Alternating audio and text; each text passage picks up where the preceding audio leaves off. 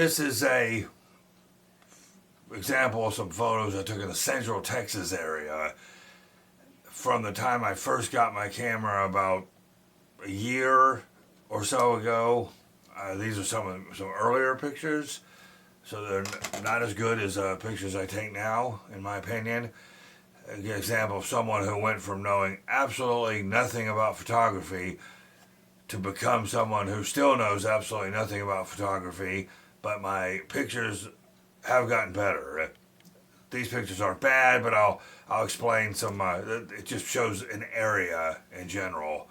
Pictures all shot in Texas, Central Texas, and I'll give examples of the camera settings. So if someone watched this and they thought the picture was good, they know what the camera settings were. These are all shot with the Canon EOS R50 with I have 3 different lenses. Quite a few of these were probably shot with the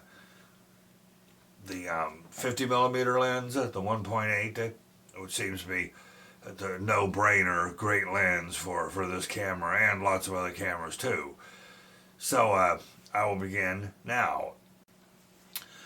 This is a wide-angle shot, 10 millimeter shot of a waterhole area that's in the pretty much a central part of Austin, off Highway 360 near the 2222 intersection, and you could actually park down the ways a little bit up there in the top right and walk down. There's a little teeny waterfall, and you can swim in there. The water is, questionable quality sometimes, but I've actually gone in there with my dog before, and you can walk on those rocks, and you can walk to the other side of the rocks with little rock bridges. And Austin apparently has about 65 miles of these kind of waterways running through them. Some of them aren't this full of water, some of them are just trickles, but they're all interconnected in different parts of the city, and people who are in the know in the summertime can just jump off one of the thoroughfare highways or roads that you drive on in Austin and just jump into one of these little water areas if they want to. This picture was taken from the very top of the main public library, the main branch of the Austin Public Library in downtown Austin. It was you take the elevator to the 6th, 7th, 8th floor or something, and there's this wide open atrium part, and that's pointing down, shooting to our little walkway, which connects that part over this little creek area down there, and that's a replica of the 360 bridge. That there's a that's on 360. It's much bigger. So when they made the walkway, they put the little arches on there to make it look like the well-known 360 bridge, which is a landmark in Austin or something. And then if you were to walk across that bridge, go into where those buildings are, you'd hit the walkable areas of downtown Austin, 2nd Street. The library's on 1st Street. So that would be like 2nd Street, and then you could go up into 4th Street, Congress, wind up on 6th Street. The official 6th Street in Austin is actually on the east side of Congress. And this is all well over to the west side here. And this was shot with a 11 millimeter, just about the widest angle I can do, at 1/320. Anything I'm hand holding, I'm going to shoot 125 or higher, and then the aperture was 8, so that's where I had to get to. There wasn't much movement here, but I had to get up to 320 probably to get the perfect exposure. ISO was 200. This was taken in the Lost Creek neighborhood, which is off 360 again. And if you drive well into that neighborhood down by this country club entrance, you could take your car off the main road, and it's a Barton Creek is the name of the water. It was just some of the waterways that connect all to Austin. And on the other side of this little peaceful area is the spillway that goes into, and then that's kind of nice. And you could park your car there, and you can walk down where the spillway, the water's not moving here, but on the other side of the little road, it moves quite a bit. And if you walk down the trails and go down there, you jump in, it's actually almost like, after some rain, it's actually like a little raging current kind of swimming hole, and then get still again later on if you just want to wade or something like that. This was a shot. There's turtles in here on rocks. I don't think you can see any though. This was shot at a 100 focal length, so it was kind of zoomed in. And I probably had auto ISO on. Auto ISO was 1250, which I never go that high. Exposure time was 1/200, and aperture was f8.0. This is officially not in Central Texas. This is in Corpus Christi, Texas. In the sort of center of town, there's a park, a big city park right on the bay. It's at the Gulf of, yeah, it's right on the edge of the Gulf. Gulf of Mexico. Or we're supposed to call it the Gulf of America now, but I've been calling it the Gulf of Mexico for 50 years, so I think I'm going to stick with that. And just these black sort of volcanic rock type things, shot with a 50 millimeter, so you can see you get the good detail, and then the aperture was 5.6, so there's not a lot of blurriness in the back, but I wanted some of the water in there. Exposure was a 1/500th of a second, and ISO was ideal at 100. I like that picture. There's a whole like little row of those black rocks. You can get that from several different angles if you wanted to. This is just a tree branch in a park that's at the end of my neighborhood where there's a boat ramp that goes into the Colorado River and some nature areas. This was probably one of the first shoots I went on when I got my 50 millimeter lens for the first time, and I was automatically taken aback by the clarity of that lens. You can see the detail of that branch. 50 millimeter ISO was 250. Exposure was 1/100th, which I normally would have been a bit higher than that for a handheld. Aperture was 3.2. I probably had to go down to 100 to get the perfect exposure rating or whatever. There's all these other details that the image properties gives you in these pictures, but no one ever talks much more about than aperture, shutter speed, or focal length, do they? Or ISO. But this does say a metering mode pattern, if that means anything to anyone. But that's a good shot. This is outside of a building with some Adirondack chairs. This now is in Wimberley, Texas. So still Central Texas, but about an hour drive from Austin, a small little town that's got just little shops and stuff. All states have little towns like that survive on locals just having little shops, I think. I don't know what this business was, but the rock formations are good, I think. There's colored, different kind of rocks put in there. 50 millimeter again. Exposure was 1/125. Aperture was 5.6. ISO 0. This was done at my home with the 50 millimeter again.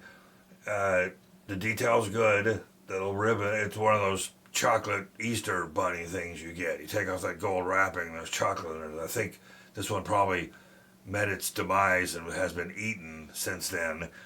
This was taken quite some time, about a year ago. So this is and that's a good example. It's ISO was 400. It had some lighting on it. I didn't really have any nice lighting then, so it was one of my first attempts at the indoor object photography, and I haven't really done much of that since then. I just found out it's not really my interest all that much. But the aperture was 4.0, 125 exposure, because I probably did not use a tripod for this like you would normally have done in this situation. 50 millimeter, ISO 400, I said that, and 125, and aperture 4.0. So it's okay, but it gives you an example of the blurriness in the background thing, which so many people seem to like in these kind of pictures. I do not care for that, but seeing as how there's an ugly power strip in the background of this particular shot, because I didn't stage it real thoughtfully, It's probably good that it's blurry in this case. This is again another shot from the overlook atrium area of the Austin Public Library downtown branch up on the top floor. There's a little green, they have some plants growing up there and stuff. But this is along, well, in the background there, you see it going over Austin towards Zilker Park and all points south. And I took that with a 50 millimeter, and I liked the detail it came out, and the sunlight looked good shining on the stuff, wasn't too overexposed.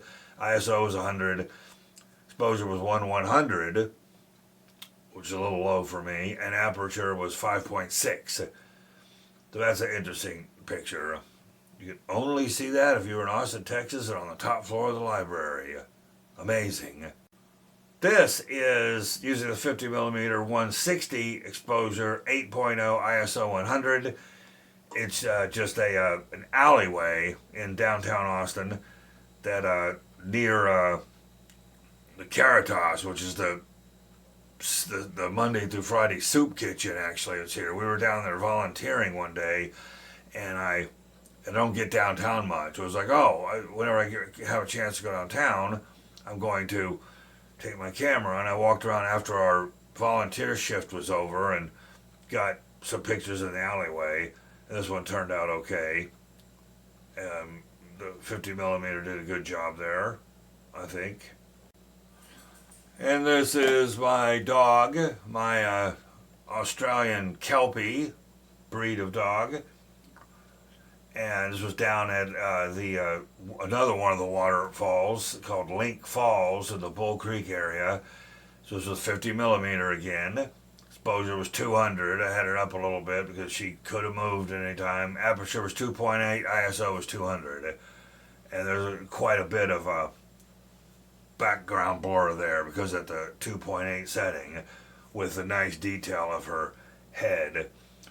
There's even a little blurriness on her ear up there, her left ear, which wasn't intended, but doesn't necessarily look bad either. I have better pictures of her, my dog, but this one was in there with some of these waterway pictures I had, so I included it in this. Yet another example of one of the waterways, which are quite nice for Austin. I mean, I've been in a lot of cities, and in the United States, and having these creeks running through, and you could access lots of different places and just go into and swim if you wanted to. It was a little bit interesting about Austin. This was 500 ISO, focal length with 10, so as wide angle as I could get, I guess. I hope I'm saying that right. Exposure was 1/320, shutter speed 320, and aperture was 5.6.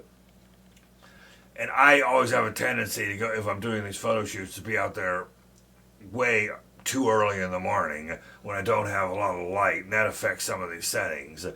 If I just get up so early in the morning, I grab the dog or something, I go out, and it's just, the dawn's just coming up when I get to these places. I still have to wait 45 minutes or an hour before I can shoot, and it's still too early a lot of the times. So all these pictures could have been better if I waited.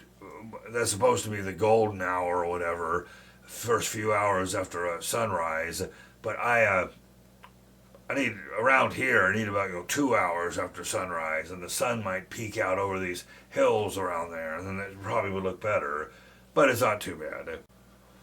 This is Wimberley, Texas, again, that quaint little town I told you about an hour from Austin. It's a statue they have up. It's a bronze girl drawing something. I called it the Muse. The Muse statue of Wimberley, Texas. I don't think they call it that, so don't quote me on it, but that's what I refer to it as. ISO is 200, 50 millimeter again. You can see the detail. 125, which would be my ideal handheld shooting shutter speed, and this aperture was 6.3 to get full exposure. Metering, this didn't record the metering mode this time for some strange reason. This was right in the middle of the summer of 2025, so we were there fairly early again to avoid the heat, Heat is definitely a thing in Central Texas. You don't want to be out shooting photos from 11 a.m. till probably all the way to 4 p.m. or later. But that one turned out pretty good. This is Mustang Island in the Corpus Christi, Texas area. ISO 100, focal length 50 millimeter again. So you can see that for like a wide open, this, it's not very wide because it's a 50 millimeter lens.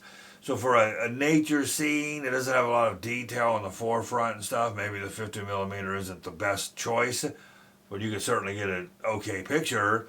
It's just your foreground detail. If there's nothing in the foreground, the 50 millimeter is almost being wasted for that. But you can get, nature or panoramic or whatever these kind of shots are called. Not nature, but I forget what the genre of photography is for these. But and then so it's okay. But I thought I'd include it here to give an example of the 50 millimeter taking like a nature scene or something without anything really in it to focus on. Exposure was 250, one over 250 seconds, and aperture was f11, which does make the 50 millimeter do better for a wide open like nature shot. This is an old bench, storefront bench, again in Wimberley, Texas, 50 millimeter, ISO is 160, 125 exposure, and f8 for the aperture. And that came out quite nice. The f8, you were able to get some details there in the background even, and still have the good detail of the old distressed bench thing going on there. So I like that picture quite a bit too. This picture, I really like quite a bit. It was edited a bit. I don't know how much editing I did, but I didn't need too much editing. This is Wimberley, Texas again, just some old gate leading to, I have no idea where. ISO was 100, 50 millimeter. I don't know how far I was standing back. 125 exposure and a 5.6. So I really liked that. That gate. I really like the colors in there, and they've got a little bit of the multicolored brick wall there on the left. That could have probably been edited out, and it would have been even a better picture, but then I would have needed more of the gate to the right. So yeah, I think that's a very good example of what the 50 millimeter lens can do outside. This is the full bright sunshine. It was 10:33 a.m. So I was just getting out of the perfect time for the lighting that everyone recommends. But came out good. Here again was the very first photo shoot I probably did with the 50 millimeter of a larger part of a tree. I had a branch, just one branch earlier, and you can see that could get, so there's an example. You can get some good nature photography. This was at 7:15 in the morning. There was like no light, natural light to speak of. But ISO was still 100, 50 millimeter. Aperture was down to 2.0, which is almost wide open for this lens. And exposure was done at 180, and that had to be so I could get some kind of light in there. But it came out okay. So earlier I had a beach picture with a 50 millimeter, which less than ideal, but this is a better example, I think.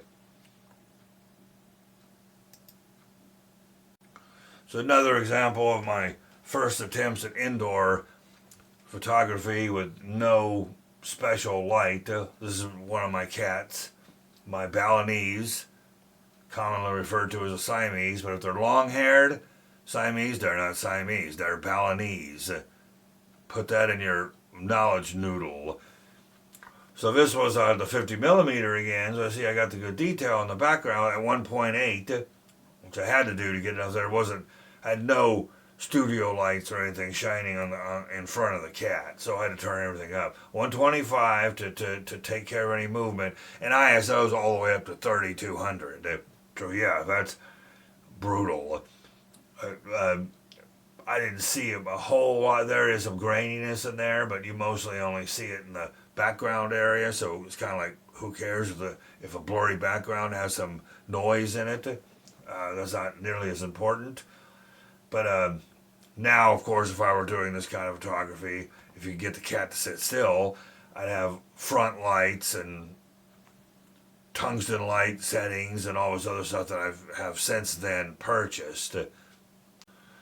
It's another attempt at indoor photography in the very early prehistoric days. ISO is up to 2000, 50 millimeter again, 1/100th, and aperture at 2.8. Probably I could have gone down on the aperture in there and got more light. But it gives a good example of the 50 millimeters capability of doing the detail close up on an animal's face. That's pretty close up for a cat to catch it, without moving or anything.